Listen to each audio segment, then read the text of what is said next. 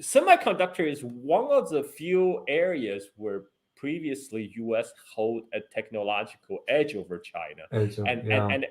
And China had a technological dependence on the United States, which was only growing year over year as the Chinese economy grow. US basically saying, ha, that semiconductor, I knew it. That is the weakest link. I'm gonna yank it out of the chain. That just made Chinese company and the Chinese government set up and take notice. Oh, okay, we have to fix this. We have to fix this part of their supply chain. In reaction to the statement by the U.S. Commerce Secretary Gina Raimondo, what she said, and I paraphrase here, almost quote, she said, "We will do whatever it takes to prevent China from developing the chips," whatever that is, she said. What to me was mind-boggling as an American. Why are you saying this when we believe in competition? To me, it was like, you know what? You are showing that you cannot compete. That's why you're saying what you're saying. And I just found out that now the US is going to be investing $1 billion in Philippines regarding the chips. Where do you see this going? Knowing that China is already developing its own. Well, this is where I just don't see a win for the United States, because previously China actually had a huge dependency on semiconductors coming from abroad. So China spent on average about $400 billion to import semiconductors. China spent more importing chips than they spent importing oil. And that dependency just continued to grow as Chinese economy grow bigger and bigger. But here comes the United States government say, no, you can't buy our chip anymore. No, Taiwan semiconductors, you cannot manufacturing any chips for Huawei or any Chinese companies.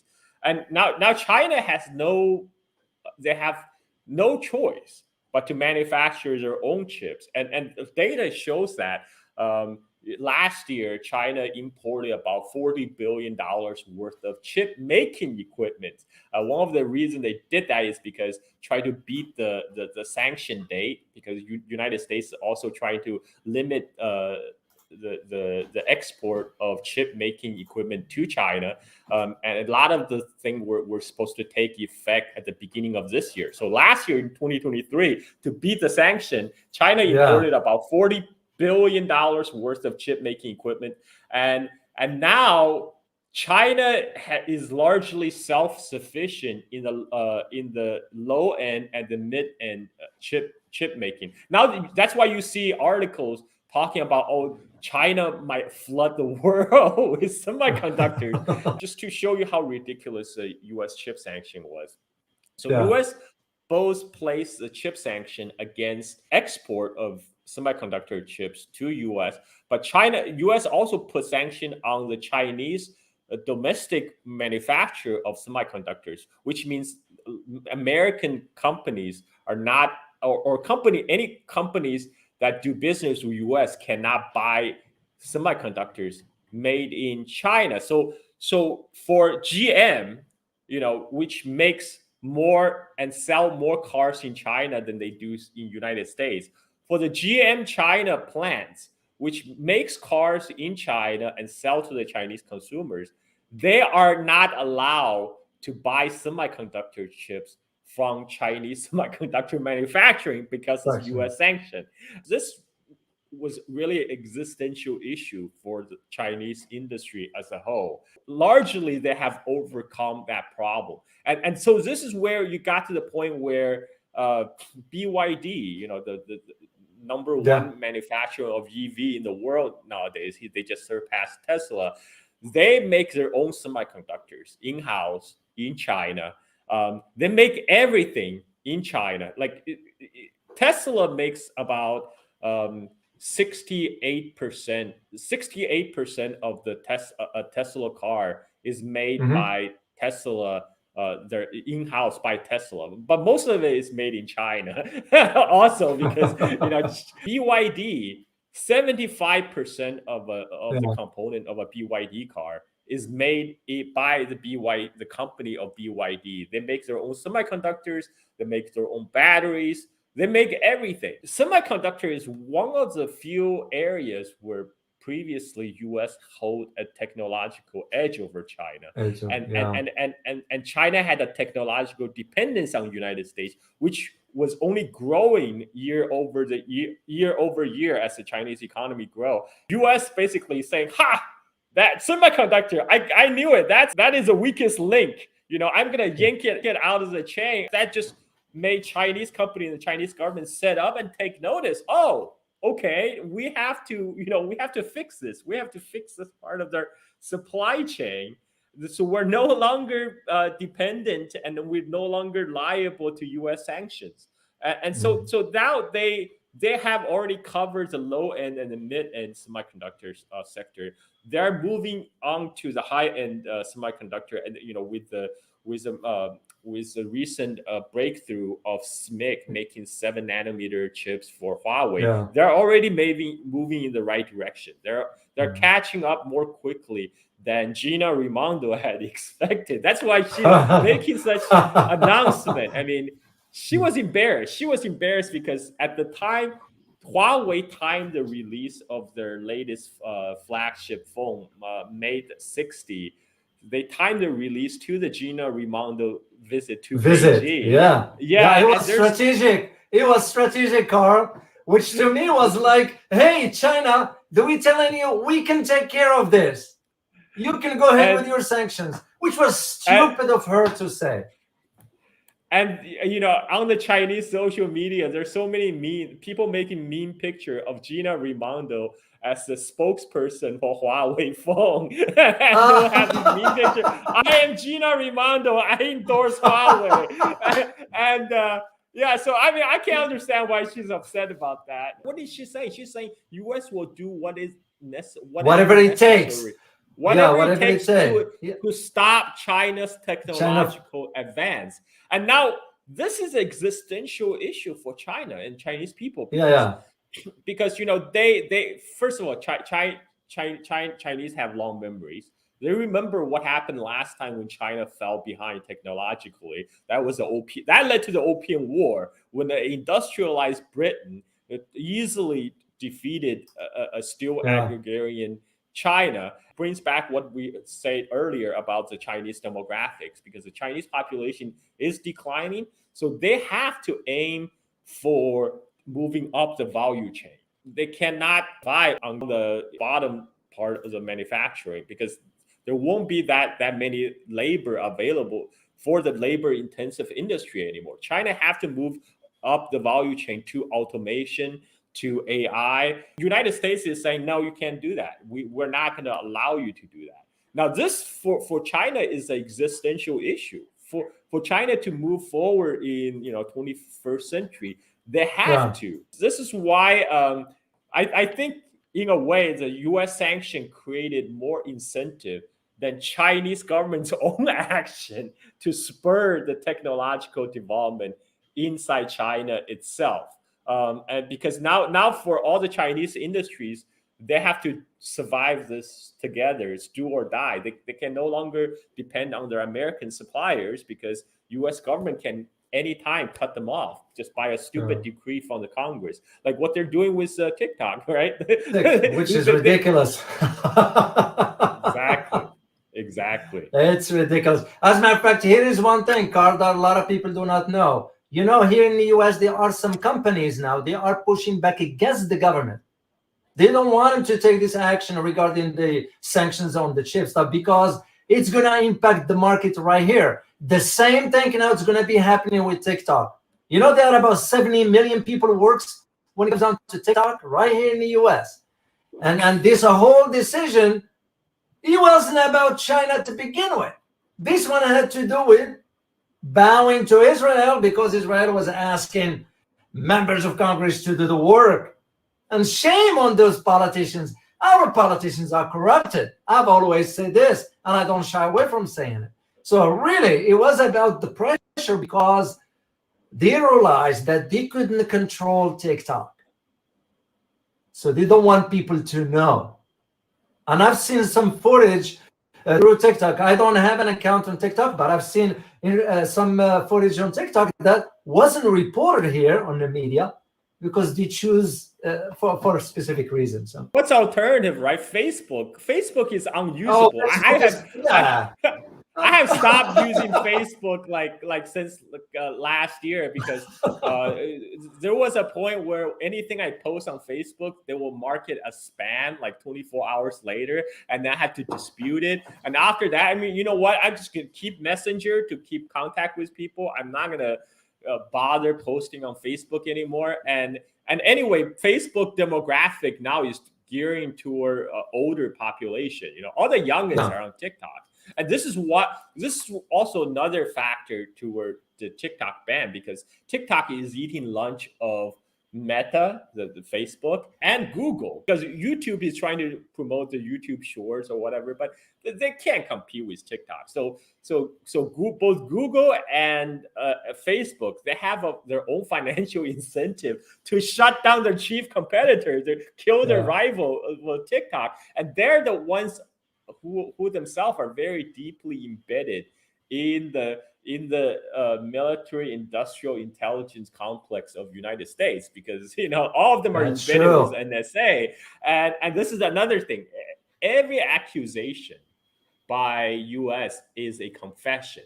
They're saying, oh, Chinese government is going to use TikTok as spyware to listening on every American. Well, guess what they do with Facebook? And US and the Five Eyes Alliance wanted to ban Huawei is because US have a backdoor to Cisco, to all these telecom providers, so they can listen in on everyone, including like Angela Merkel, right? But Huawei, they can't get the backdoor to Huawei, so they're like, okay, we have to shut down Huawei. This is not acceptable. If everybody put up Huawei, we won't be able to listen in as freely as we did before.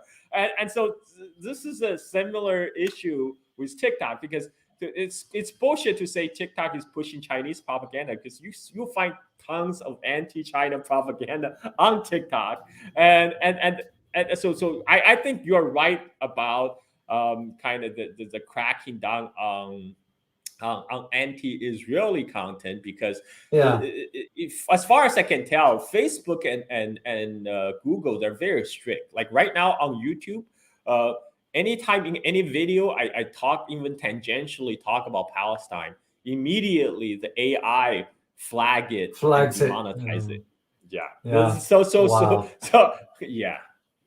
Shame on them. Shame on them. As a matter of fact, just FYI for you guys, yesterday, I believe, candidate Trump now will authorize, he said that he will authorize CIA regarding China something into, Aman's like, man, where this is ever going to end? Because to me, the way I look at it, literally, putting my geopolitical analyst hat on, I'm going to be asking the question is, how do you want to manage this new global order? And the US needs to understand that we're not going backward. The world has changed and we need to change with it. China is ascending to the top, whether we like it or not. The question is going to become is, how are we going to manage this shift to a multipolar system now? So, and instead of cooperating, I'm seeing our politicians embarking on the wrong strategies, the wrong policies, let alone we don't even have a policy to begin with. And to me, it's going to just create more frictions. It's because, what is it? Do you want to shut down China? You can't. They don't get it. They don't get it. So I want to go. Yeah, go ahead. Go ahead, Carl. Well, I think that this is why in a recent Tucker Carlson interview, he said, I don't even know how Tucker Carlson believes that the biggest threat facing United States is actually coming from China. But at the same time, he said, I don't know how to deal with the China problem. It's a hard problem to solve. Clearly, the threat to the United States and the U.S., our interests, global trade routes, energy, pure like military power, relative military power, comes from China. Of course, the real problems, which are east, not Eastern Europe, but Far East. I do think there is a feature of human nature that causes, and I think it's innate, that causes people, when confronted with an unsolvable problem, to turn to something else to occupy their minds. And anyone who's been, I mean, this is relevant to your viewers who are journalists, anyone who's ever been on deadline for, say, a magazine piece will find himself sorely tempted to rearrange his books by author, because it's another problem to work on as you ignore the problem that confronts you that you actually can't solve. China is a problem that is very hard for the United States to solve. And it's not clear how we do solve that problem. By problem, I mean, sort of giving hegemony over the world to a country that doesn't believe anything really that we believe. It would be a massive change in the way the world operates, in the way that we in the United States live, in the way that you in Great Britain live. I mean, having China in charge of the world would be very different from what we have now. The terrifying nature of this threat and our own fear that we can't actually do anything about it. Well, this is because, okay, exactly. Because this is, even Joseph Borrell, the foreign minister of EU, have come out and said recently, the era of Western dominance is over. It's over. Yeah. But a lot of the U.S. elite in Washington, living inside the Beltway bubble, they are so wrapped up with the mentality of U.S. dominance, the U.S. number one. They see it as scary when China takes the top spot, because they think China is just gonna do to U.S. what U.S. does it to everybody across the globe, and which is, again, it's like 100% projection. But I don't think they have a good answer for that. I don't think they have a good approach to contain China. It's a fool's errand. Yeah. Well, they're just not willing to see the reality as is, because this is the reality that the world has changed, and we're just going to have to change with it. I mean, you're seeing where the world is headed now. You think about Global South. Where do you want to go? You look at, for example, for Africa, where he wants to go, even Latin America, and despite what we did in Argentina. The world is changing, and I believe politicians going to have to come to grip with that reality. So I want to go back to your point quickly here before we jump to the next topic here, the next segment rather. You mentioned about the chips and so forth.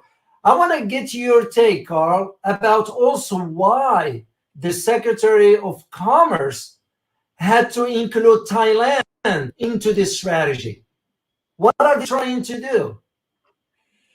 Well, this is their so-called decoupling strategy. They want to decouple the global supply chain from China. So the idea is, okay, if we still, they're not bringing those supply chains back to the United States, by the way. No.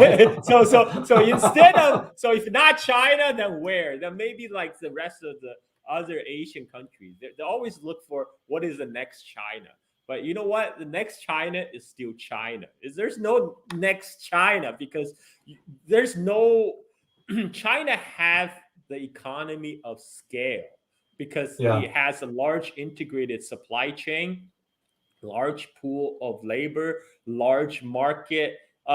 You just don't have the same comparable labor pool, whether in the Philippines, Thailand, or Vietnam, or like there's 100 million people in the Philippines, 100 million people in Vietnam. One Chinese province would have 100 million people, and you also don't have the same level of infrastructure, and they're also ignoring the fact that China itself is actively investing in Southeast Asia to help it to further integrate with the Chinese economy. So what you end up having is so Chinese investment in Vietnam has boomed after the U.S. sanction. So right now, a lot of the Chinese factory, they moved to Vietnam to do the final assembly. So because of the quota U.S. placed on China-made goods, now they just get shipped to Vietnam, slapped on the label "Made in Vietnam," and shipped to the United States. And this is why you can see that in the trade figures. Even as the trade declined between China and United States, the imports from Vietnam and Mexico into United States has skyrocketed. And then you look at the trade figures between Mexico, Vietnam with China.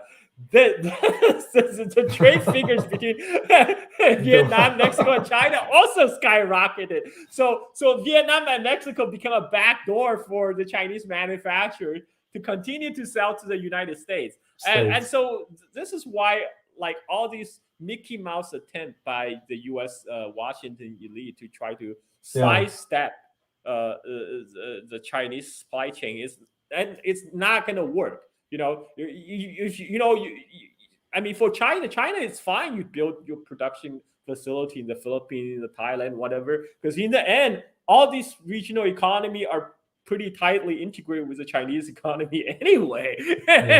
So China just built the high-speed rail, the China-Laos high-speed rail all the way through Laos to the Thailand border. And the whole point is it's going to connect with the Thailand high-speed rail that's under construction. So eventually that you can take high-speed rail from Shanghai all the way to Singapore. It connects entire Southeast Asia. And this is a vision. This is, Chinese government has this long-term vision, long-term planning.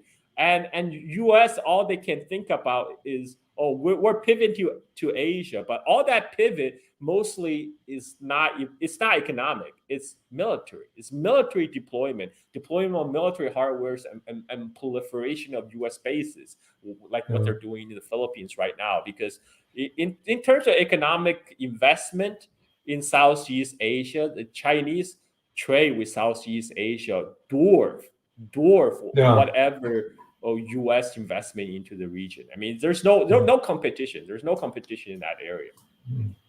Actually, I read somewhere, Carl, I forgot what it was, but I can look it up later on. That the Chinese investment for 2023 in Asia within the region reached about 37%. And I read it from a foreign source, not inside the US. It was from foreign source that they said that's how much all the Asian, starting with Indonesia, that they all benefited from. Yeah, they all benefited from that investments, because South Korea, I believe, what is that company known in South Korea? Samsung. Run into a problem. It's because of the policies that with the sanctions and so forth of the chips, whatever, they end up losing.